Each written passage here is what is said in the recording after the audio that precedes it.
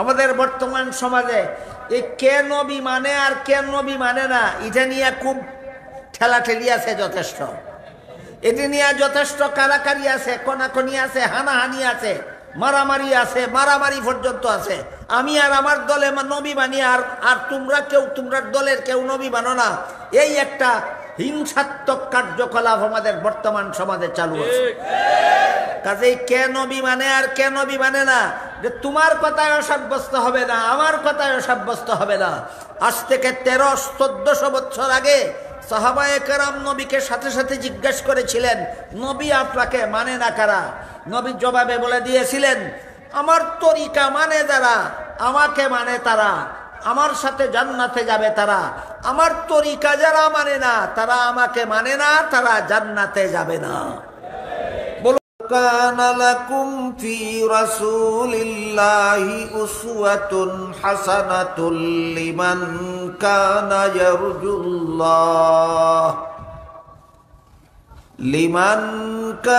ইয়ারজুল্লাহ ওয়াল ইয়াউমাল আখির ওয়া যাকারাল্লাহা কাসীরা। وقال رسول الله صلى الله عليه وسلم كل أمتي يدخلون الجنة إلا من أبى قيل ومن أبى قال من أطاعني دخل الجنة ومن عصاني فقد أبى أو كما قال عليه الصلاة والسلام।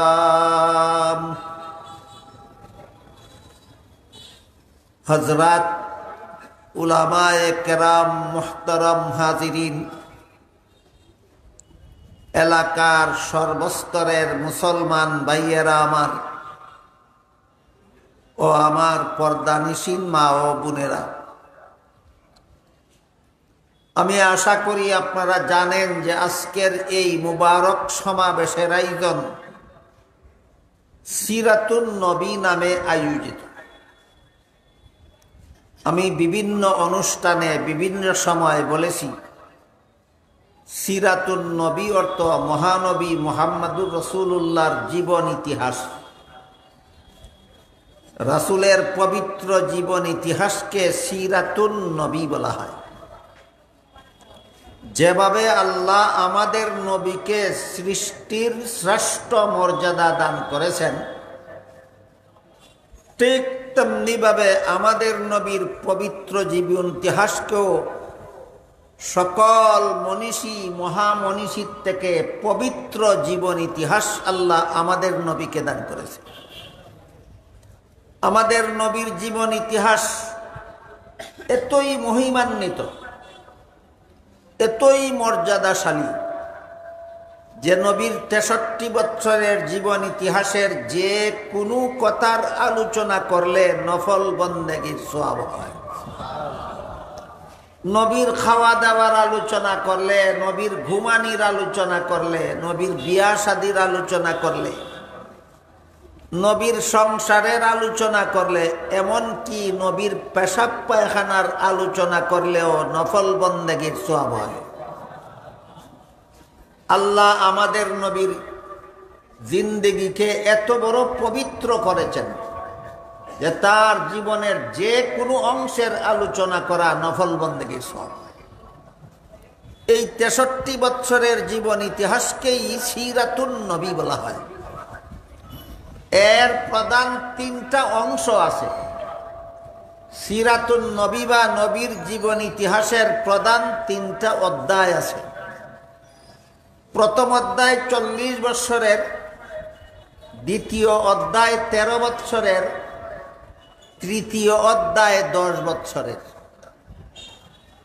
প্রথম অধ্যায় 40 বছরের এই অধ্যায়কে আল্লাহ নবীর জন্য নবুয়তের দলিল বানাইছে, আর দ্বিতীয় এবং তৃতীয় অধ্যায়কে আল্লাহ উম্মতের জন্য শরীয়তের দলিল বানাইছেন। কথাগুলি ব্যাখ্যা সাপেক্ষ, কিন্তু সব কথার সব ব্যাখ্যা একদিনে করা যায় না। আমার প্রোগ্রাম ছিল এশার আগে আগে আমি বয়ান করে অন্যখানে চলে যাব, কিন্তু আসার পরে দেখলাম এশার নামাজের সময় কাছাকাছি, শুরু করলে এশার আগে শেষ করা যাবে না, আর এশার নামাজ চলাকালে বয়ানও করা যাবে না। এই জন্য বাধ্য হয়ে আমি বিলম্ব করেছি। কাজেই শর্টকাটেই কিছু কথা আপনাদের সামনে তুলে ধরতে হবে। এই জন্য অতি সংক্ষেপেই আমরা বোঝার চেষ্টা করি যে নবীর পবিত্র জীবনী ইতিহাসের প্রথম অধ্যায় 40 বছরের, এটা নবীর জন্য নবুয়তের দলিল কিভাবে, আর দ্বিতীয় অধ্যায় তৃতীয় অধ্যায়, এই দুইটা অধ্যায় 23 বছরের, এই অধ্যায় দুটি উম্মতের জন্য শরীয়তের দলিল কিভাবে।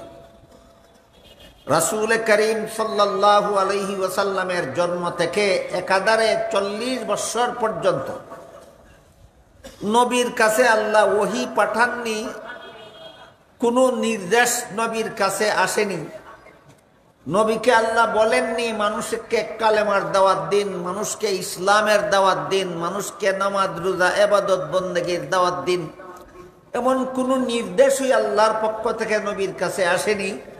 শুধুমাত্র একাধারে 40 বছর পর্যন্ত মানুষের সমাজে বসবাস করার ব্যবস্থা করে দিয়েছে, যেন 40 বছরের জীবন ইতিহাসের দ্বারা মানুষ নবীর নবুয়তের দলিলগুলি চিনে নিতে পারে, এবং মানুষ সমাজের মানুষ যেন বুঝে নিতে পারে যে তার মতো মহাসত্যবাদী মানুষ জগতে আর দ্বিতীয় জন হতে পারে না।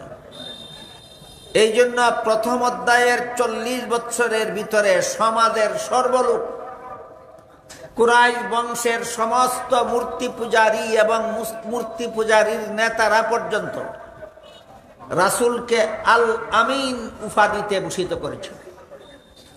জগৎ শ্রেষ্ঠ বিশ্বাস্য, জগৎ শ্রেষ্ঠ সত্যবাদী বলে সমস্ত মূর্তি পূজারীরা এবং তাদের নেতারাও আমাদের নবীকে উপাধি দিয়েছে।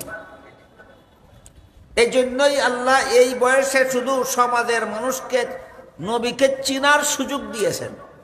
তারাও এমনভাবে চিনতে পেরেছে যে তারা সকলে সম্মিলিতভাবে নবীকে জগৎ শ্রেষ্ঠ সত্যবাদী বলে উপাধি দিয়েছে। কাজেই যেহেতু এই 40 বছরের জীবন ইতিহাসে নবী লা ইলাহা ইল্লাল্লাহর দাওয়াত দেননি, মুহাম্মাদুর রাসূলুল্লাহর দাওয়াত দেননি, কলেমার দাওয়াত দেননি, দ্বীন ইসলামের দাওয়াত দেননি, নামাজ রোজা ইবাদত বন্দেগীর দাওয়াত দেননি, শুধু তাদের মধ্যে অবস্থান করেছেন, জীবন যাপন করেছেন। এই জন্য 40 বছরের ভিতরে নবীর কোনো দুশ্মন ছিল না। সমস্ত মূর্তি পূজারীরা সম্মিলিতভাবে নবীর প্রশংসা করত। এমনকি নবীর জন্মের দিনে জন্মের সংবাদ পেয়ে আবুল আহাবের মতো বেঈমানও তার দুটি খুশি হয়ে, নবীর জন্মে খুশি হয়ে তার দুটি আঙ্গুলের দ্বারা ইশারা করে বান্দি সুয়াইবাকে আজাদ করে দিয়েছিল। অথচ এই আবুল আহাব যখন 40 বছরের পরবর্তী জিন্দেগি শুরু হয়, যখন আল্লাহর হুকুমে নবী দ্বীনের দাওয়াত দেওয়া শুরু করেন, তখন একদিন এক ঘটনা প্রসঙ্গে আবুল আহাব নবীকে গালি দিয়ে বলেছিল, তাব্বাল্লাকা সাইরাল ইয়াউম আলিহাযা দাউতানা, হে মুহাম্মদ, লা ইলাহা ইল্লাল্লাহর দাওয়াত দেওয়ার জন্য আমাদেরকে ডেকে একত্র করেছ, আমাদের সময় নষ্ট করেছ, তোমার সারা দিন ধ্বংস হোক। এবং পাথর হাতে নিয়ে নবীর মাথায় মারতে উদ্যত হইল।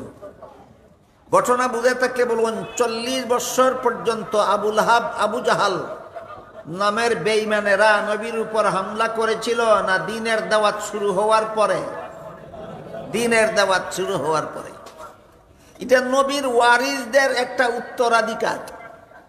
যেভাবে নবী যখন থেকে দ্বীনের দাওয়াত শুরু করেছেন তখন শত্রুরা পাথরের আঘাত করেছে, কিয়ামত পর্যন্ত যারা এই নবীর দেওয়া দ্বীন হেফাজতের জন্য দ্বীনের দাওয়াত দিবেন, এদেরকেও নবীর শত্রুরা পাথরের আঘাত করতে বাধ্য।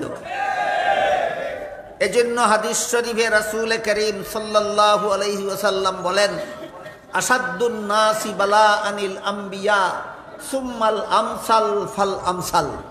দুনিয়াতে নবীগণ সবচেয়ে বেশি বিপদ আপদের সম্মুখীন হয়েছেন, আর নবীগণের পরে যারাই নবীগণের পথে যত বেশি অগ্রসর হবে তারা ততই শত্রুদের মাধ্যমে বিপদে আক্রান্ত হবে। এটা নবীর উম্মতের জন্য নবীর সুন্নত। নবীও শত্রুর হাতে পাথরের আঘাত খেয়েছেন। উম্মত যদি নবীর দিন প্রচারের কাজ করে, নবীর শত্রুদের হাতে উম্মত পাথরের আঘাত খাবে। এইটাই নবীর ওয়ারিস হওয়ার আলামত।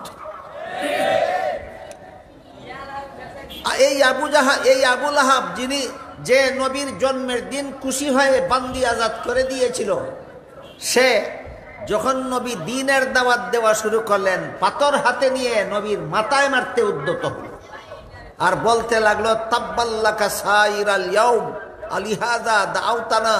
হে মুহাম্মদ, এই কাজের জন্য আমাদেরকে ডেকে সময় নষ্ট করলে তোমার সারা দিন ধ্বংস হোক। প্রতিবাদে আল্লাহ পবিত্র কুরআনের সূরা লাহাব নাযিল করে বলেন, তাব্বাত ইয়াদা আবি লাহাবি ওয়া তাব্বা। আমার নবীর সারা দিন ধ্বংস হবে না, আবু লাহাবের ইহকাল পরকাল ধ্বংস হবে।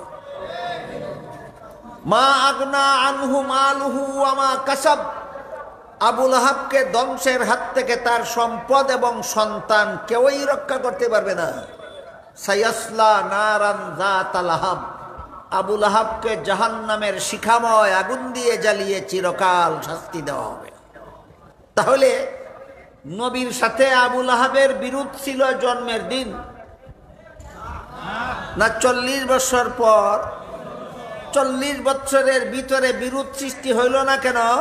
দ্বীনের দাওয়াত দিছেন না, এই জন্য আবু লাহাব আবু জাহালদের কোনো শত্রুতামি নবীর সাথে 40 বছর পর্যন্ত ছিল না। যখন 40 বছর পরে আল্লাহর হুকুমে দ্বীনের দাওয়াত দিতে বের হলেন, তখন ওই এরা শত্রু হয়ে নবীর উপর আঘাত করা শুরু করল। এইরকম দ্বিতীয় অধ্যায়, সিরাতুন নবীর দ্বিতীয় অধ্যায়, 13 বছরের মক্কি জিন্দেগিতে একবার নবী মক্কা শরীফ থেকে কয়েক মাইল দূরে তায়েফ গেলেন, তায়েফের বাসিন্দাকে দ্বীনের দাওয়াত দেওয়ার জন্য। তায়েফের বাসিন্দারা নবীর দাওয়াত তো গ্রহণ করলই না, বরং নবী নিরাশ হয়ে মক্কার পথে ফিরার সময় পিছন দিক থেকে দল বেঁধে বৃষ্টির মতো পাথরের ঢল নিক্ষেপ করল নবীর শরীরের উপর। শত্রুদের পাথরের ঢিলের আঘাতে আঘাতে নবীর শরীর জখম হয়ে রক্তে লাল হয়ে গেল। এক সময় নবী ক্লান্ত হয়ে একটি গাছের ছায়ায় বসে পড়লেন। আল্লাহ পাক রব্বুল আলামিন সাথে সাথে জিবরিল ফিরিস্তাকে নবীর কাছে পাঠালেন। বললেন, আমার নবীকে গিয়ে বলো, বেঈমানেরা নবীর সাথে যে বেয়াদবি করেছে আমি আল্লাহ তো দেখেছি। তিনি যদি প্রতিশোধ চান তাহলে তাইফের 2 প্রান্তের 2 পাহাড়কে একত্র করে আমি সমস্ত তাইফবাসীকে নিষ্পেষিত করে দেব। জিবরিল ফিরিস্তা আল্লাহর পক্ষ থেকে আসলেন, নবীকে আল্লাহর সংবাদ দিলেন, আপনি যদি প্রতিশোধ চান তাহলে আল্লাহ তাইফের 2 প্রান্তের 2 পাহাড়কে একত্র করে তায়েববাসীকে নিষ্পেষিত করে দেবেন। জবাবে নবী বলেন, আল্লাহুম্মা হদি কওমি ফাইন্নাহুম লা ইয়ালামুন। হে আল্লাহ, এদেরকে ধ্বংস করে দিবেন না, এদেরকে হেদায়েত দান করুন। এইটাই নবীর চরিত্র, আর ওইটাই আবু লাহাবদের চরিত্র। যারা মার খাইয়াও হেদায়েতের দোয়া করে, এরা নবীর আদর্শের অনুসারী। যারা মার খাইয়াও হেদায়েতে, যে মারে তার জন্য হেদায়েতের দোয়া করে, তারা নবীর আদর্শে আদর্শবান, তারা সত্যিকারের নায়েবে নবী, ওয়ারাসাতুল আম্বিয়া। আর দ্বীনের দাওয়াতের কারণে যারা মারে, ওই যুগে তারা ছিল নবীর দুশমন, এই যুগে এরা হবে নবীর উম্মতের দুশমন। দুশমনের জন্য নবী ধ্বংসের বদদুয়া না করে হেদায়েতের দোয়া করেছেন। আমরাও নবীর দাওয়াতের আয়োজন করলে যারা দুশমনি করে, আমরা নবীর খাঁটি ওয়ারিস হতে চাই, নবীর উত্তরসূরি হতে চাই, নবীর আদর্শে আদর্শবান হতে চাই। তাইফের ঘটনাকে স্মরণ করে আমরাও যারা বিরুদ্ধাচরণ করে, যারা সিরাতুন নবীর আলোচনা বন্ধ করতে চায়, আমরা আল্লাহর কাছে এদের জন্য হেদায়েতের দোয়া করি। এটা আমাদের নবীর শিক্ষা, নবীর আদর্শ। গেল 40 বৎসরের জীবন ইতিহাস।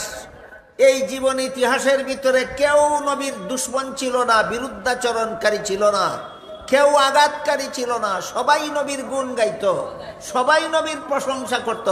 নবীর জন্মদিনে নবীর বড় দুশ্মন আবু লাহাব আনন্দিত হয়ে বান্দি আজাদ করে দিয়েছিল। 40 বছর পরে সিরাতুন নবীর দ্বিতীয় অধ্যায় শুরু হয়। দ্বিতীয় অধ্যায় 13 বৎসরের। এই 13 বৎসর নবী মক্কা নগরীতে অবস্থান করেই সমাজের মানুষকে দ্বীনের দাওয়াত দিয়েছেন। আর দীর্ঘ 13টি বৎসর পর্যন্ত তারা নবীকে এবং নবীর অনুসারীকে লুম হর্ষক জুলুম অত্যাচার চালিয়ে গেছে। এমন জুলুম অত্যাচার চালিয়ে গেছে তা বর্ণনাতীত। যেমন একদিন নবী বাজারে গিয়া বাজারের মানুষকে দাওয়াত দিলেন, ইয়া আইয়ুহান নাস কুলু লা ইলাহা ইল্লাল্লাহু তুফলিহু। হে লোক সকল, তোমরা লা ইলাহা ইল্লাল্লাহ স্বীকার করো, তোমাদের জীবন সফল হয়ে যাবে। এমত অবস্থায় আবু জাহাল দলবল নিয়ে বাজারে গেল। বাজারে গিয়া একদিকে নবী বলেন লা ইলাহা ইল্লাল্লাহ স্বীকার করো, জীবন সফল হয়ে যাবে। অপরদিকে আবু জাহাল বাজারের লোকদেরকে বলতে লাগলো, হে বাজারের লোকেরা, মুহাম্মদের কথা শুনবে না, মুহাম্মদ পাগল। মুখ বরাবর বলে দিছে মুহাম্মদ পাগল। নবী প্রতিবাদে গেলেন না, প্রতিশোধে গেলেন না, নবী দাওয়াত দিতেই লাগলেন। তখন আবু জাহাল দলবল নিয়ে নবীর গায়ে থুক নিক্ষেপ করা শুরু করলো। এর দ্বারাও যখন নবীকে দ্বীনের দাওয়াত থেকে ফিরাতে পারলো না, থুকে বেজার শরীরের মধ্যে রাস্তার বালু নিক্ষেপ করতে লাগলো। এর দ্বারাও যখন নবীকে দাওয়াত থেকে ফিরাতে পারলো না, নবীর গলায় গামছা বেঁধে রাস্তায় ফেলে বাজারের অলিতে গলিতে টানা হেঁচড়া করলেন। ঘটনার দ্বারা আপনারা বুঝলেন কি 13 বৎসরের মক্কি জিন্দেগি সিরাতুন নবীর দ্বিতীয় অধ্যায়ে নবী কি পরিমাণ জুলুম অত্যাচার সহ্য করেছেন শুধুমাত্র দ্বীনের দাওয়াত সমাজে চালু রাখার জন্য। কিয়ামত পর্যন্ত এভাবেই যারা নবীর দ্বীন জারি করার জন্য দাওয়াত দেওয়ার কাজ করলে, যারা জুলুম অত্যাচার করে, বিরোধিতা করে, প্রতিবন্ধকতার সৃষ্টি করে, হামলা করে, এরার হামলা সহ্য করে এই নবীর সত্যিকারের ওয়ারিস যারা, তারা কিয়ামত পর্যন্ত নবীর দ্বীনের দাওয়াত চালিয়েই যাবেন। কিয়ামত পর্যন্ত চিহ্নিত হয়ে থাকবে একদল মানুষ নবীর দলের কাজ করে আর একদল মানুষ নবীর দুশ্মনের দলের কাজ করে। নবীর দলের কাজ করে কারা? নবীর দ্বীনের দাওয়াত মার খেয়েও প্রতিবন্ধকতা সত্ত্বেও চালু রাখে যারা, এরা নবীর দলের লোক। আর নবীর দ্বীনের কথা বলার কারণে যারা হামলা করে, বাধার সৃষ্টি করে, এরা নবীর দুশ্মনের দলের লোক। এই অবস্থায় দীর্ঘ 13টি বৎসর পর্যন্ত একতরফা জুলুম অত্যাচার সহ্য করে নবী মক্কা শরীফে দ্বীনের দাওয়াত চালু রাখার কারণে মুষ্টিময় যে কিছু সংখ্যক মানুষ ইসলাম গ্রহণ করেছিল, তাদের মধ্যে একজনের নাম ছিল হযরত খাব্বাব রাদিয়াল্লাহু তাআলা। কেন তিনি নবীর দ্বীন গ্রহণ করলেন? এই কারণে শত্রুরা লোহার শলা আগুনে পুরাইয়া লাল করিয়া হযরত খাব্বাবের গায়ে চাপা দিয়া ধরে রাখত। চিন্তা করে দেখেন, নবীর দ্বীন গ্রহণ করার কারণে শত্রুরা কি পরিমাণ জুলুম অত্যাচার করেছিল। আরেকজন মহিলার নাম ছিল সুমাইয়া রাদিয়াল্লাহু তাআলা আনহা। তিনি কেন নবীর দাওয়াত গ্রহণ করলেন? এই অপরাধে মক্কার শীর্ষ সন্ত্রাসী আবু জাহাল নিজের হাতে বর্ষা নিয়া হযরত সুমাইয়া রাদিয়াল্লাহু আনহার লজ্জাস্থানে আঘাত করে শহীদ করেছিল। কিন্তু কোনোদিন নবী প্রতিশোধ দিতে যাবেন দূরের কথা, প্রতিবাদও করেননি, টু শব্দটাও করেননি, নীরবে সহ্য করেছেন আর আল্লাহর কাছে দোয়া করেছেন, আল্লাহুম্মা হদি কওমি, আল্লাহ আমার জাতিকে হেদায়েত দান করুন। দ্বীনের দাওয়াত এত সোজা না, এত সস্তা না। এইভাবে মার খেতে হয়, তারপরে ধৈর্য ধারণ করতে হয়। আর যারা মারে এমন শত্রুদের জন্য আল্লাহর কাছে হেদায়েতের দোয়া করতে হয়। যেমন তেমন ধৈর্যের কথা নয়, এটা নবীর আদর্শ। কিয়ামত পর্যন্ত নবীর আদর্শবাদী হক্কানি উলামায়ে কেরাম এই অবস্থাতেই নবীর ওয়ারিসের দায়িত্ব পালন করে যাবেন। দীর্ঘ 9 বছর, দীর্ঘ 13 বছর এইরকম জুলুম অত্যাচার সহ্য করার পর এক সময় আল্লাহ হুকুম দিলেন, আর জুলুম অত্যাচার সহ্য করার দরকার নাই, আপনি আপনার অনুসারীদেরকে নিয়ে মক্কা শরীফ থেকে হিজরত করে মদিনা শরীফ চলে যান। আল্লাহর হুকুমে নবীর অনুসারী মুসলমানদেরকে নিয়ে মক্কা শরীফ থেকে 500 কিলোমিটার উত্তরে মদিনা শরীফ চলে গেলেন। মদিনা শরীফ চলে যাওয়ার পরে সেখানে আরো 10 বছর জীবনযাপন করলেন। কুরআন নাজিল শুরু হওয়ার আগের 40 বছর নবীর জন্য নবুয়তের দলিল। কুরআন নাজিল শুরু হওয়ার পর থেকে আরো 13 বছরের মক্কি জিন্দেগি, যে জুলুম অত্যাচার সহ্য করেও নবীর আদর্শের অনুসারী হওয়ার শিক্ষা। আর হিজরত করে মদিনা শরীফ যাওয়ার পর সন্ত্রাস দমনের ব্যবস্থা আল্লাহ নবীকে শিক্ষা দিলেন। ইসলামের জিহাদ বিধান, এটা হলো সন্ত্রাস দমনের চূড়ান্ত ব্যবস্থা। সিরাতুন নবীর 3 অধ্যায়ের 3টা বৈশিষ্ট্য। প্রথম অধ্যায় 40 বছরের নাম কাবলান নবুয়ত, দ্বিতীয় অধ্যায় 13 বছরের নাম মক্কি জিন্দেগি, তৃতীয় অধ্যায় 10 বছরের নাম মাদানী জিন্দেগি। প্রথম অধ্যায়ের বৈশিষ্ট্য হলো নবীর জন্য নবুয়তের দলিল। এই 40 বছরের ভিতরে আল্লাহ নবীর দ্বারা এমন সমস্ত ঘটনা ঘটাইছেন যে ঘটনাগুলি নীরব ভাষায় প্রমাণ করে দেয় এটা একমাত্র নবীর পক্ষে সম্ভব, আর কোনো মানুষের পক্ষে সম্ভব নয়। যেমন নবী কুলের শিশু থাকাকালেও কখনো উলঙ্গ হয়েছেন না। বলেন, কুলের শিশু থাকাকালে উলঙ্গ না হওয়া আর কোনো মানুষের পক্ষে সম্ভব না, একমাত্র নবীর পক্ষে সম্ভব। তাহলে ঘটনাটা কার জন্য কিসের দলিল? নবীর জন্য নবুয়তের দলিল। নবী জন্মগ্রহণ করা মাত্রই আল্লাহর শুকরিয়া আদায় করে দোয়া পড়েছেন। জন্ম হওয়া মাত্রই দোয়া পড়া এটা আর কোনো মানুষের পক্ষে সম্ভব নয়, একমাত্র নবীর পক্ষে সম্ভব। সুতরাং এটা নবীর জন্য নবুয়তের দলিল। নবী মায়ের গর্ভ থেকে খতনাকৃত অবস্থায়, নার কাটা অবস্থায় ভূমিষ্ঠ হয়েছিলেন, এটাও আর কোনো মানুষের পক্ষে সম্ভব নয়, একমাত্র নবীর পক্ষে সম্ভব। সুতরাং এইটা উম্মতের জন্য যদি শরীয়তের দলিল হইতো তাহলে এই ঘটনা উম্মতে অনুসরণ করতে হইতো। উম্মতের ক্ষমতাই নেই এই ঘটনা পালন করার, অনুসরণ করার। এই ঘটনা উম্মতের জন্য শরীয়তের দলিল নয়, ঘটনাটা নবীর জন্য নবুয়তের দলিল। নবী যখন মা আমেনার গর্ভ থেকে ভূমিষ্ঠ হলেন, মা আমেনার গর্ভ থেকে ভূমিষ্ঠ হলেও বিশেষ একটা কারণবশত মা আমেনা দুধ পান করাতে পারেননি। দুধ মা হালিমা সাদিয়া নবীকে দুধ পান করাইছেন। বুঝে থাকতে বলুন তো, হালিমা আমেনার ছেলেকে দুধ পান করাতে পারবেন নিজের কোনো সন্তান হইলে না না হইলে? হইলে। হালিমারও এক দুধ পানকারী শিশুর ছেলে ছিল, তাই হালিমা নিজের ছেলেকেও দুধ পান করাইতেন, আমেনার ছেলেকেও দুধ পান করাইতেন। তাহলে হালিমার দুধ পানকারী শিশু এখন কজন? 2 জন। এই জন্য মুহাম্মদুর শিশু মুহাম্মদ সাল্লাল্লাহু আলাইহি ওয়াসাল্লাম হালিমার 1 স্তনের দুধ নিজে পান করতেন, আর 1 স্তনের দুধ নিজের দুধ ভাইয়ের জন্য রেখে দিতেন। কুলের শিশুকালে এত বড় ইনসাফ প্রতিষ্ঠা করা দুনিয়ার কোনো মানব, মহামানব, মহামনীষীর পক্ষে সম্ভব ছিল না, একমাত্র মুহাম্মদুর রাসূলুল্লাহর পক্ষে সম্ভব ছিল। তাহলে ঘটনাটা কার জন্য কিসের দলিল? ঘটনাটা নবীর জন্য নবুয়তের দলিল। এইভাবে জন্ম থেকে নিয়ে 40 বছর পর্যন্ত আমাদের নবীর দ্বারা আল্লাহ এমন কতগুলি ঘটনা ঘটাইছেন যেগুলি উম্মতে অনুসরণ করার ক্ষমতাই রাখে না। পালন করি বললে কাজ হবে না, পালন করার ক্ষমতাই তোমার নাই। এইগুলি তোমার পালনের জন্য নয়, এগুলি নবীর জন্য নবুয়তের দলিল পেশ করার জন্য আল্লাহ নবীর দ্বারা ঘটনাগুলি ঘটাইছেন। রাসূলের শরীর মুবারকের ঘামে মেশকে আম্বরের সুগন্ধ হইত। এই জন্য রাসূল কোন রাস্তা দিয়া গেলে যদি লোকে খুঁজত তিনি কোন রাস্তা দিয়া গেলেন, তাহলে যেই রাস্তার বাতাসের মধ্যে আতরের সুগন্ধ পাওয়া যেত, লোকে বুঝতে পারতো নবী এই রাস্তা দিয়ে গেছেন, কারণ নবীর ঘামের মধ্যেই আতরের সুগন্ধ হয়। রাসূল যখন খোলা আকাশের নিচে চলাফেরা করতেন, তখন যদি রোদের দ্বারা নবীর শরীরে কষ্ট হইত, আকাশের মেঘের খণ্ড নবীর মাথা মোবারকের উপর ছায়া দিয়া দিয়া নবীর সাথে সাথে যাইত। এই ঘটনা কার জন্য, কিসের দলিল? নবীর জন্য, নবুয়তের দলিল।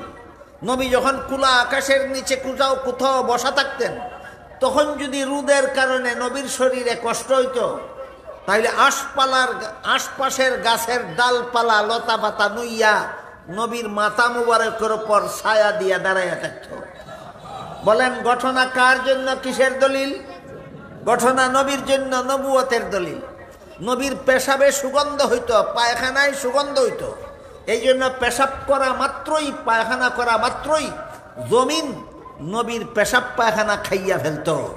পেশাব পায়খানার মধ্যে সুগন্ধ হওয়া আর কোনো মানুষের পক্ষে সম্ভব নয়, একমাত্র মুহাম্মাদুর রাসূলুল্লাহর পক্ষে সম্ভব ছিল। ঘটনাগুলি কার জন্য, কিসের দলিল? ঘটনাগুলি নবীর জন্য, নবুয়তের দলিল। এই ঘটনাগুলি যখন ঘটতেছিল অনবরত একটার পর একটা, তখন নবীর কোনো দুশমন ছিল না, কোনো শত্রু ছিল না।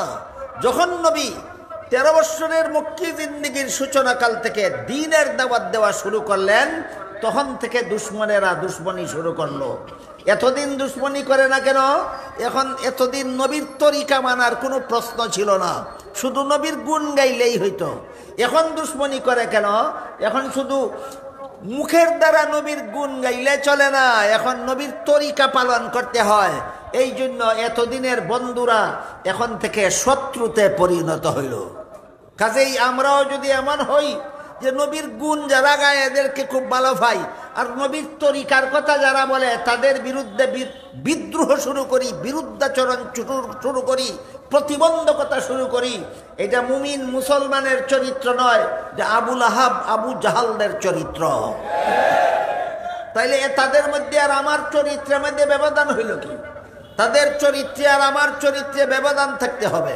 আমরা যেমন ভাবে 40 বৎসরের কাবলান নবুয়ত, 40 সিরাতুন নবীর প্রথম অধ্যায়ে যেভাবে আমরা নবীর অলৌকিকতার বিশ্বাসী, নবীর অলৌকিকতা স্বীকার করি, ঠিক তেমনি ভাবে 13 বৎসরের মক্কি জিন্দেগিতে যখন নবী তার আদর্শ মানার দাওয়াত দিতে লাগলেন, তখন আমরা নবীর আদর্শকে জীবনের সর্বক্ষেত্রে বরণ করে নেওয়ার, পালন করে নেওয়ার জন্য প্রস্তুতি গ্রহণ করি, যে সত্যিকার নবীর উম্মত হওয়ার আলামত।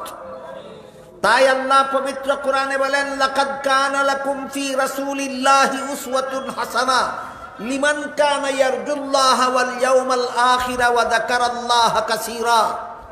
অবশ্যই আল্লাহর রাসূলের মধ্যে রয়েছে তোমাদের জন্য উত্তম আদর্শ। আদর্শ বলতে তার কথাবার্তা, কাজকর্ম তোমরা অনুসরণ করো, অনুকরণ করো। বলুন, নবীর কথাবার্তা কাজকর্ম উম্মতের জন্য অনুসরণীয় কিনা, উম্মতের জন্য অনুকরণীয় কিনা? 40 বৎসরেরটা না 40 বৎসরের পরেরটা? 40 বৎসরেরটা নয়, 40 বৎসরেরটা উম্মতের জন্য অনুসরণীয়, অনুকরণীয় ছিল না, সেটা ছিল নবীর জন্য নবুয়তের দলিল। 40 বৎসরের পরে যদি নবীর বৈশিষ্ট্যপূর্ণ না হয়, তাহলে এমন সবগুলি কাজ, অর্থাৎ 40 বৎসর পূর্ণ হওয়ার পর থেকে জীবনের শেষ মুহূর্ত পর্যন্ত যেসব কাজ নবী নিজেও করেছেন, উম্মতকেও করতে বলেছেন, যেসব কাজ নবী নিজেও করেছেন, উম্মতকে করার জন্য উৎসাহ প্রদান করেছেন, ওই সমস্ত কাজের জন্য আল্লাহ বলেন, নবী তোমাদের আদর্শ। নবীর আদর্শ গ্রহণ করতে পারবে কারা? আল্লাহর সন্তুষ্টি চায় যারা। নবীর আদর্শ গ্রহণ করতে পারবে কারা? পরকালীন চিরস্থায়ী জীবনের সাফল্য চায় যারা। নবীর আদর্শ গ্রহণ করতে পারবে কারা? আল্লাহকে সদা সর্বদা বেশি বেশি স্মরণ করে যারা। 3টা গুণ বলে আল্লাহ বুঝাইছেন, এই 3 গুণ মুনাফিকের মধ্যে নাই, আছে শুধু মুমিনের মধ্যে। মুমিনরা আল্লাহর সন্তুষ্টি চায়, মুনাফিকরা নিজেদের আত্মার সন্তুষ্টি চায়। মুমিনরা পরকালীন চিরস্থায়ী জীবনের সাফল্য চায়, মুনাফিকরা দুনিয়ার ক্ষণস্থায়ী জীবনের সাফল্য চায়। মুমিনরা সদা সর্বদা আল্লাহকে স্মরণ রাখে, মুনাফিকরা নামে মাত্র আল্লাহকে স্মরণ করে। এই জন্য আয়াতের ব্যাখ্যায় মুফাসসিরিনে কেরাম লিখেছেন যে তিনটা গুণের কথা আল্লাহ উল্লেখ করেছেন, এই তিন গুণ মুমিনের মধ্যে থাকে, মুনাফিকের মধ্যে থাকে না। এই তিন গুণ উল্লেখ করে আল্লাহ বোঝাতে চান নবীর জীবনের আদর্শ, সিরাতুন নবীর আদর্শ গ্রহণ করতে পারবে কারা? মুমিন মুসলমান যারা। সিরাতুন নবীর আদর্শ গ্রহণ করতে পারবে না কারা? মুনাফিক যারা। এই জন্য হাদিস শরীফে রাসূল করিম সাল্লাল্লাহু আলাইহি ওয়াসাল্লাম বলেন, কুল্লু উম্মতি ইয়াদখুলুনাল জান্নাতা ইল্লা মান আবা। কিলা ওয়া মান আবা? কালা মান আতাআনি দাখালাল জান্নাতা ওয়া মান আসানি ফাকাদ আবা, আও কামা কালা আলাইহিস সালাতু ওয়াস সালাম। রাসূল বলেন, আমার সমস্ত উম্মত জান্নাতে যাবে, কিন্তু যারা আমাকে মানে না তারা জান্নাতে যাবে না। দেখুন হাদিস শরীফে রাসূল বলেছেন আমার সমস্ত উম্মত জান্নাতে যাবে, কিন্তু যারা আমাকে মানে না তারা জান্নাতে যাবে না। বলুন, নবী যে বলেছেন আমার সমস্ত উম্মত জান্নাতে যাবে, এ পর্যন্তই কথা শেষ না কিন্তু আছে? কিন্তু কি? আমাকে যারা মানে না তারা জান্নাতে যাবে না। এই কথা বলা মাত্রই সাহাবায়ে কেরাম জিজ্ঞাসা করলেন, আপনাকে মানে না কারা? আমাদের বর্তমান সমাজে এই কে নবী মানে আর কে নবী মানে না, এটা নিয়ে খুব ঠেলাঠেলি আছে যথেষ্ট। এটি নিয়ে যথেষ্ট কারাকারি আছে, কনাকনি আছে, হানাহানি আছে, মারামারি আছে, মারামারি পর্যন্ত আছে। আমি আর আমার দলে নবী মানি, আর তোমরা কেউ তোমরা দলের কেউ নবী মানো না। এই একটা হিংসাত্মক কার্যকলাপ আমাদের বর্তমান সমাজে চালু আছে। কাজেই কে নবী মানে আর কে নবী মানে না, যে তোমার কথায় সাব্যস্ত হবে না, আমার কথায় সাব্যস্ত হবে না। আজ থেকে 1300-1400 বছর আগে সাহাবায়ে কেরাম নবীকে সাথে সাথে জিজ্ঞাসা করেছিলেন, নবী আপনাকে মানে না কারা? নবী জবাবে বলে দিয়েছিলেন, আমার তরিকা মানে যারা, আমাকে মানে তারা, আমার সাথে জান্নাতে যাবে তারা। আমার তরিকা যারা মানে না তারা আমাকে মানে না, তারা জান্নাতে যাবে না। বলুন, কে নবী মানে আর কে নবী মানে না নতুন ভাবে ফয়সালা করতে হবে না? নবী 1500 বছর আগে ফয়সালা দিয়ে গেছেন। 1500 বছর আগে, প্রায় 1500 বছর আগে নবী নিজে পবিত্র জবান মুবারকের দ্বারা ফয়সালা দিয়ে গেছেন। আমার জীবন আদর্শ গ্রহণ করে যারা আমাকে মানে তারা, আমার সাথে জান্নাতে যাবে তারা। আমার জীবন আদর্শ যারা মানে না তারা আমাকে মানে না, আমার সাথে জান্নাতে যাবে না। কাজেই মুসলমানের জীবনের প্রতিটি ক্ষেত্রে নবীর আদর্শ আছে। মুসলমানের জীবনের প্রত্যেকটা কাজকর্মের মধ্যে নবীর আদর্শ আছে, যেগুলিকে এক কথায় নবীর সুন্নত বলা হয়। সিরাতুন নবীর আদর্শ মানে নবীর সুন্নত। হাদিস শরীফে রাসূল করিম সাল্লাল্লাহু আলাইহি ওয়াসাল্লাম বলেন, মান আহাব্বা সুন্নতি ফাকাদ আহাব্বানি ওয়া মান আহাব্বানি কানা মাই ফিল জান্নাহ। যে আমার সুন্নতকে মুহাব্বতের সাথে গ্রহণ করলো, আমার জীবন আদর্শকে মুহাব্বতের সাথে গ্রহণ করলো, তারাই আমাকে মুহাব্বত করলো, আমাকে মানলো, আমার সাথে জান্নাতে যাবে। আরেক হাদিসে রাসূল করিম সাল্লাল্লাহু আলাইহি ওয়াসাল্লাম বলেন, মান রাগিবা আন সুন্নতি ফালাইসা মিন্নি। আমার জীবন আদর্শ থেকে যারা মুখ ফিরিয়ে নিল, আমার জীবন আদর্শ মতো এরা জীবন যাপন করতে যারা রাজি নয়, আল্লাহর রাসূল বলেন এরা আমার উম্মত নয়, এরা বেহেশতে যাবে না। কথা পরিষ্কার হয়ে গেল। সিরাতুন নবীর আদর্শ মতো জীবন যাপন করে যারা নবী মানে তারা নবীর সাথে বেহেশতে যাবে। সিরাতুন নবীর আদর্শ মতো যারা জীবন যাপন করতে রাজি নয়, এরা নবী মানে না, এরা নবীর সাথে বেহেশতে যাবে না। কাজী নবী কে মানে আর কে মানে না, এটা নিয়ে নতুন ভাবে কোনো ঝগড়া করতে হবে না। 1500 বছর আগের ফয়সালা করা, 1500 বছর আগের থেকে নবী নিজে ফয়সালা দিয়ে গেছেন। আমার আদর্শ গ্রহণ করে যারা আমাকে মানে তারা আমার সাথে জান্নাতে যাবে তারা। আমার আদর্শ যারা মানে না, আমাকেই মানে না, এরা জান্নাতে যাবে না। কাজী আল্লাহ সিরাতুন নবীর আদর্শ বুঝে, সিরাতুন নবীর আদর্শে আদর্শবান হয়ে সত্যিকারের অর্থে নবী মানার আর নবীর সাথে জান্নাতে যাওয়ার সৌভাগ্য আল্লাহ আপনাদের আমাদের সবাইকে দান করুন। সবাই বলুন আমিন। সুবহান রাব্বিকা রাব্বিল ইজ্জাতি আম্মা ইয়াসিফুন ওয়া সালামুন আলাল মুরসালিন ওয়ালহামদুলিল্লাহি রাব্বিল আলামিন।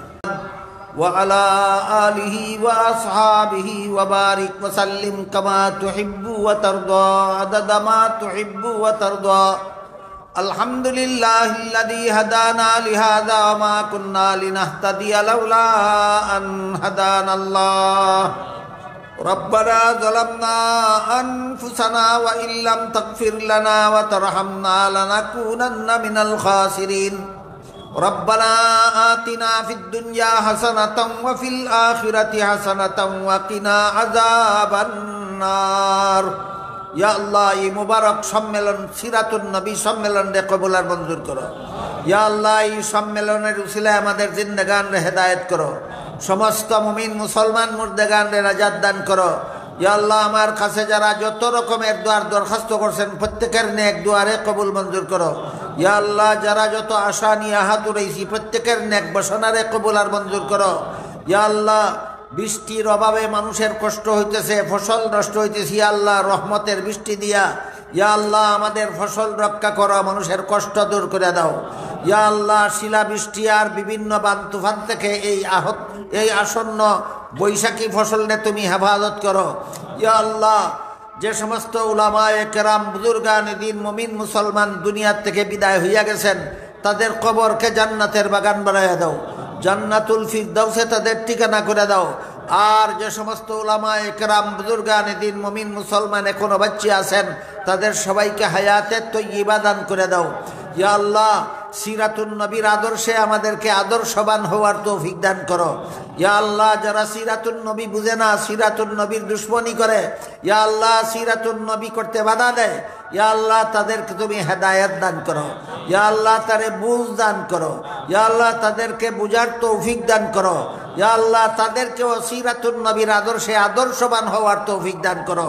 ইয়া আল্লাহ সারা দুনিয়ার সমস্ত মজলুম মুসলমানদের গায়ে সাহায্য করো, জালিম সন্ত্রাসীদের হেদায়েত করো। ইয়া আল্লাহ বিশেষ করে ফিলিস্তিনি মজলুম মুসলমানদের গায়ে সাহায্য করো। ইয়া আল্লাহ ইসরায়েলি রাষ্ট্র সন্ত্রাসী রাষ্ট্র, এই রাষ্ট্রের প্রতিষ্ঠাতা পরিচালক ইহুদি সন্ত্রাসীদের হেদায়েত করো। ইয়া আল্লাহ যাদের কপালে হেদায়েত নাই তাদেরকে তোমার কুদরতি হাতে দমন করে তোমার অসহায় বান্দা বান্দীদের রক্ষা করো। ইয়া আল্লাহ আমাদের দেশ বাংলাদেশকে হেফাজত করো। ইয়া আল্লাহ বাংলাদেশের স্বাধীনতা হেফাজত করো। ইয়া আল্লাহ বাংলাদেশের সার্বভৌমত্ব হেফাজত করো। ইয়া আল্লাহ বাংলাদেশের ভৌগোলিক সীমারেখা হেফাজত করো। বাংলাদেশের সমস্ত বাসিন্দাদের জান মাল ইজ্জত হেফাজত করো। ইয়া আল্লাহ সমস্ত মুমিন মুসলমানের ঈমান আমল হেফাজত করো। ইয়া আল্লাহ আবারও বলছি আমাদের সবাইকে সিরাতুন নবীর আদর্শে আদর্শবান হওয়ার তৌফিক দান করো। ইয়া